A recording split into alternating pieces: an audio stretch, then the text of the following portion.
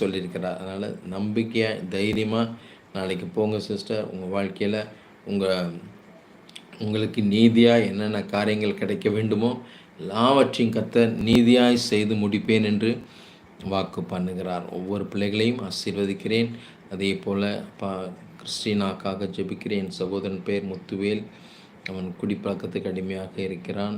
அவன் குடிப்பழக்கத்தில் மீண்டு வர ஜெபம் பண்ணுங்கள். அப்பா, அந்த குடிவெறியின் ஆவிகள் அப்பா யாரெல்லாம் குடிக்கிறார்களோ, குறிப்பாக அருமையான சகோதரன் முத்துவேலினுடைய குடிப்பழக்கங்கள் மாறட்டும்ப்பா, மாறட்டும். அவர் எண்ணத்தில் அந்த குடிவெறியை தூண்டுகிற கிரியைகள் முற்றிலுமாய் அழிக்கப்படட்டும். இனி குடியை பார்த்தாலே ஒரு பயம், ஒரு கலக்கம், நடுக்கம் வர கர்த்தர் உதவி செய்ய, அது தொடக்கூடாதபடிக்கு ஒரு சிந்தையை கர்த்தர் என் மகனுக்கு உருவாக்குவதற்காக நன்றி. தேவனால் கூடாத காரியம் ஒன்றுமில்லை. நாங்கள் ஜெபித்தோம், கர்த்தர் எங்களுக்கு பதில் கொடுத்தார் என்று சொல்லக்கூடிய அளவுக்கு பிள்ளைகள் வாழ்க்கையில் மாற்றங்கள் வரட்டும்ப்பா. ஒவ்வொரு பிள்ளைகளையும் மனதார ஆசீர்வதிக்கிறேன். பிள்ளைகள் வாழ்ந்திருக்கட்டும், செழித்திருக்கட்டும், சுகித்திருக்கட்டும், சுக வாழ்வு துளிர்க்கட்டும் என்று இயேசுவின் நாமத்தில் கட்டளையிடுகிறேன். ஸ்தேவானை போல மாற யாரெல்லாம் ஒப்பு கொடுக்குறீங்க, ஒரு நிமிஷம் உங்கள் இருதயத்தை தேவன் கரத்தில் ஒப்பு கொடுங்க. ஆண்டவரே, நான் நல்ல சுவிசேஷம் அறிவிக்கிற ஒரு சுவிசேஷ வீரனாய் மாற கர்த்தர் எனக்கு உதவி செய்யுங்க. மற்றவர்களுக்கு உதவி செய்கிற ஒரு உதவிக்காரனாய் எஸ்ராவை போல ஒரு ஹெல்பிங் டெண்டன்சி உள்ள ஒரு மனிதனாய் கர்த்தர் என்னை மாற்றுங்கன்னு சொல்லி ஜெபிப்பீங்களா? ரபசந்தூர் என் கர்த்தர் அதே போல் இயேசு கிறிஸ்துவை போல, ஸ்தேவானை போல மற்றவர்கள் பாவங்களை மன்னிக்க, மற்றவர்கள் தவறுதல்களை மன்னிக்கிற ஒரு இருதயத்தை கர்த்தர் எனக்கு கொடுங்கப்பா அப்படின்னு சொல்லி ஜெபிப்பீங்களா? ரபசந்தூர் எங்கரபா. நன்றி. நல்ல சாட்சியுள்ள வாழ்க்கைப்பா, நல்ல கிறிஸ்துவ வாழ்க்கைன்னா சாட்சிங்க. அந்த சாட்சியை கெடுக்கக்கூடிய கிரியைகள் எல்லாம் என்னை விட்டு அகன்று போகட்டும் என்று ஒப்பு கொடுப்பீங்களா? சிலர்லாம் கண்ணீரோடு இருக்கிறத என்னால் பார்க்க முடிகிறது. நன்றிப்பா, நன்றிப்பா.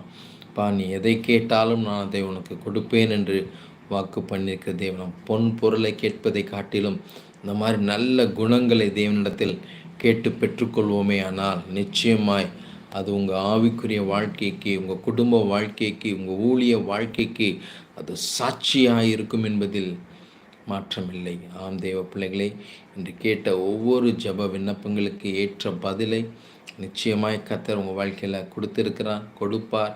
இனி வரும் நாட்களில் ஒரு ஸ்தேவானை போல ஒரு எழுப்புதல் ஜப வீரனாய், ஸ்தேவானின் மரணத்துக்கு அப்புறம்தான் ஒரு பெரிய எழுப்புதலை கர்த்தர் உருவாக்கினார். சீஷர்கள் எங்கும் சிதறடிக்கப்பட்டார்கள். ஒரு உபத்திரவ காலத்திற்குள் அவர்கள் வரும்போது அங்கே சீஷர்கள் எல்லா இடங்களுக்கும் சென்று தேவனுடைய சுவிசேஷத்தை அறிவித்தார்கள். அப்போஸ்தலர் 8:1 அவர்கள் எங்கும் சிதறடிக்கப்பட்டு சுவிசேஷத்தை பிரசங்கித்தார்கள் என்று வேதம் சொல்லி. எங்கும் சமாதானம் உண்டாயிற்று.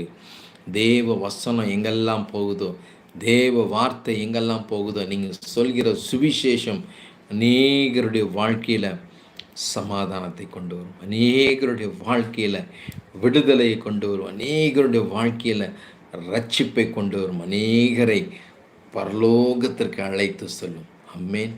அவர்கள் சமாதானமாய் வாழ, சந்தோஷமாய் வாழ நீங்கள் செய்கிற ஒவ்வொரு சுவிசேஷ ஊழியமும் மிகவும் அவசியமாக இருக்கிறது.